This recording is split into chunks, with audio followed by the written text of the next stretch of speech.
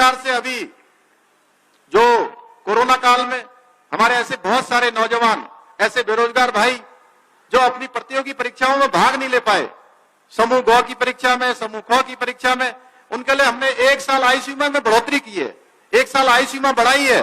इसके साथ साथ जितनी परीक्षाएं प्रदेश के अंदर होंगी, चाहे वो संघ लोक सेवा आयोग की परीक्षा होगी, चाहे हमारे समूह ग की परीक्षा होगी, ख की होगी, चिकित्सा चयन बोर्ड की होगी, प्रावधिक शिक्षा परिषद के माध्यम से होगी, जो भी परीक्षाएं होंगी, उन परीक्षाओं में हमारे बेरोजगार भाइयों को आर्थिक तंगी के दौर से गुजरना पड़ रहा है। इस समय कोरोना महामारी के कारण से फॉर्म भरने के लिए भी उनको किल्लत हो रही है। उनके लिए हमने कहा है कि अब 2022 तक उनको कोई भी आवेदन शुल्क नहीं देना होगा, परीक्षाओं का कोई शुल्क नहीं लगेगा, सारे शुल्कों को हमने मुक्त कर दिया है। हम बहुत सारी योजनाएं ला रहे हैं और मैं आपको विश्वास दिलाऊं, हमारे प्रतिपक्ष के लोग कह रहे हैं, अभी एक कह रहे थे, मैं अखबार में बयान पढ़ रहा था कि पुष्कर सिंह धामी बहुत अच्छे नेता हैं, बहुत अच्छे नेता हो सकते थे, लेकिन उनसे इतनी घोषणाएं करवा दी जा रही हैं और घोषणाएं पूरी नहीं करेंगे तो मजाक के पात्र बन जाएंगे। अरे भाई, मजाक के पात्र तो आप बन गए हो। आप लोगों ने जो सरकार रहते हुए जितनी घोषणाएं करी थी, हजारों की संख्या में, उसमें सैकड़ों भी पूरी नहीं हुई। मैं आपको विश्वास दिलाता हूं, मैं वचनबद्ध होकर कहता हूं, जो भी घोषणाएं हम करेंगे, उन घोषणाओं के सबके शासनादेश निकलेंगे, सबके डीबीटी के माध्यम से खातों में पैसे जाएंगे। हम इस पर विश्वास नहीं करते हैं, हम काम करने पर विश्वास करते हैं। हमने जितनी घोषणाएं करी हैं, सारी घोषणाएं धरातल पर उतरेंगी, चाहे वो जिस क्षेत्र में भी हमने करी हैं। आज प्रधानमंत्री मोदी जी के नेतृत्व में जिस प्रकार से देश आगे बढ़ रहा है, तमाम प्रकार की योजनाएं, मैं उनका मार्गदर्शन लेने के लिए जब दिल्ली गया था, तो मैं आपको बताऊं कि मेरा मात्र 15 मिनट का समय फिक्स हुआ था। 15 मिनट का समय था कि मुझे 15 मिनट मोदी जी से बात करनी है, और वो बात करते करते 1 घंटे 40 मिनट तक उत्तराखंड के एक एक पहलू पर उन्होंने डिस्कस किया। एक एक पहलू पर उनका कितना लगाव उत्तराखंड से है। वो कहते हैं वहां के सैनिकों का कैसा है, वहां के हमारी माताओं बहनों का कैसा है, वहां पर पर्यटन की स्थिति कैसी है, वहां पर जो है किसानों की स्थिति कैसी है। कोई क्षेत्र वैसा वो छूटता हो तो हमने तय किया है कि आने वाले 10 वर्षों में हम उत्तराखंड को हिंदुस्तान का हर क्षेत्र में नंबर 1 राज्य बनाएंगे। नंबर 1 राज्य बनाने के लिए जितनी योजनाएं होंगी, जितना काम होगा, हम पूरे प्राणों प्राण के साथ करेंगे। कई बार मुझसे पूछते हैं कि आपके पास समय कम है, आपको कम समय मिला है। मैंने कहा समय चाहे कम हो, लेकिन हमारी भावना है कि हम उत्तराखंड को आगे ले जाना चाहते हैं, हम उत्तराखंड को हिंदुस्तान का आदर्श राज्य बनाना चाहते हैं। हमारी जनता जानती है कि हमारी भावना कैसी है। मैं हमेशा कहता हूं कि भगवान कभी सामने नहीं आते हैं, भगवान किसी रूप में नहीं आते हैं। आप लोग देखिए, भगवान आते हैं तो भाव में आते हैं। आपका अगर भाव सच्चा होगा तो भगवान आपके भाव में आएंगे। हमारा भाव भी सच्चा है और हमारा काम भी सच्चा है।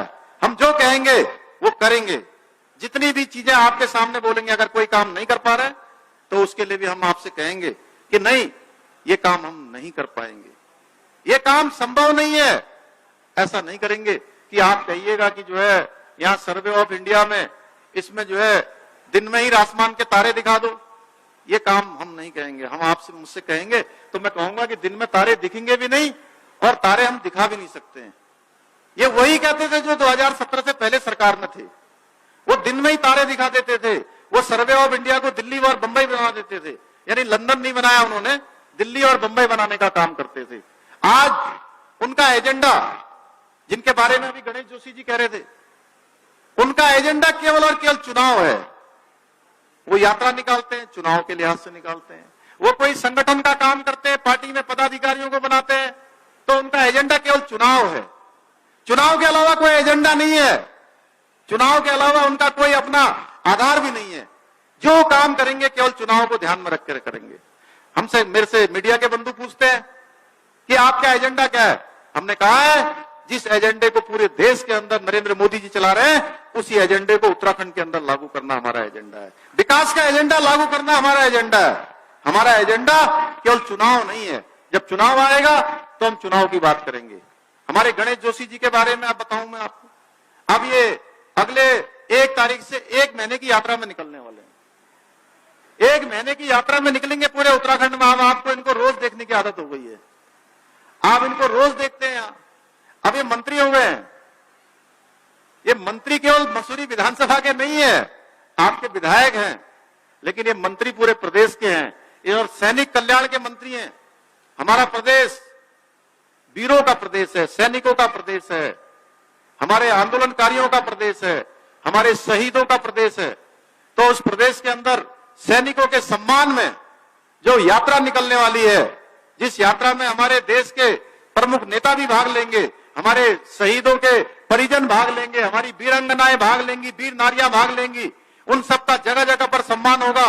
पूरे प्रदेश के अंदर यात्रा निकलेगी। उस प्रदेश का उस यात्रा का संयोजन करने की जिम्मेदारी गणेश जोशी जी की है। इसलिए अब आप लोग गणेश जोशी जी को जो है 1 महीने, 2 महीने या 3 महीने तक भी आप नहीं देखेंगे, तो आप सब लोग गणेश जोशी बनकर ये मसूरी विधानसभा में काम करेंगे।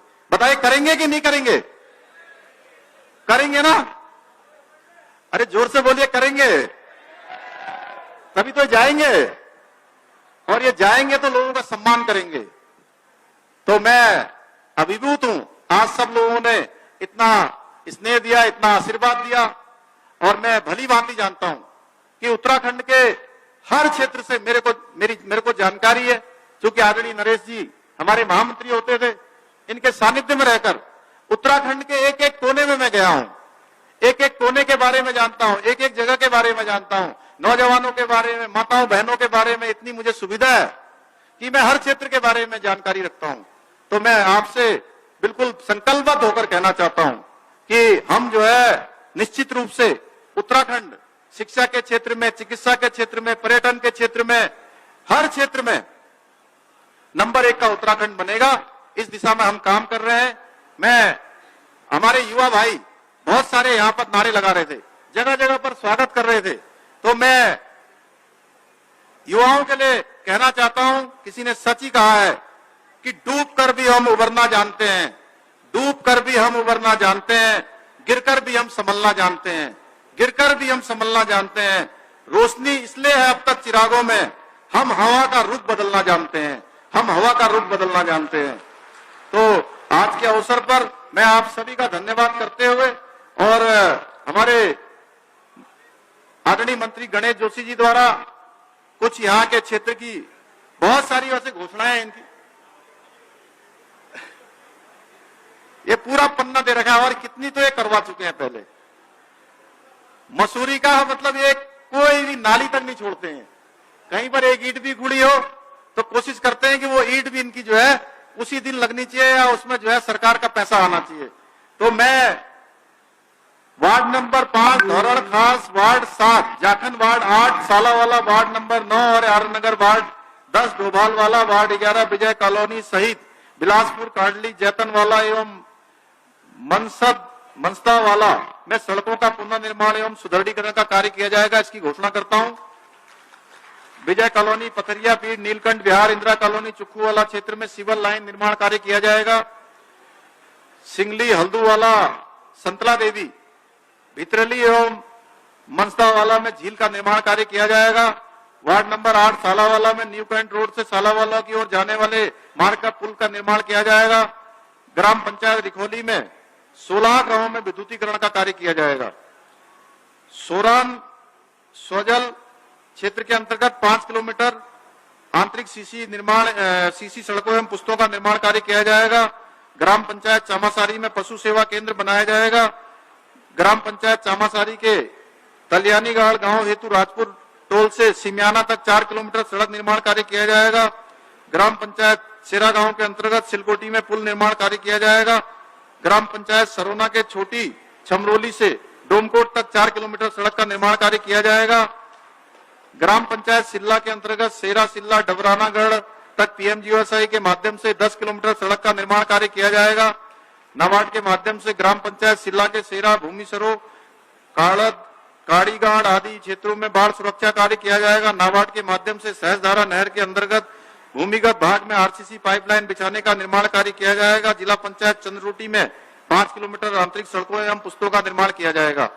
तो आप सभी का बहुत बहुत धन्यवाद। जय हिंद, जय भारत, जय उत्तराखंड।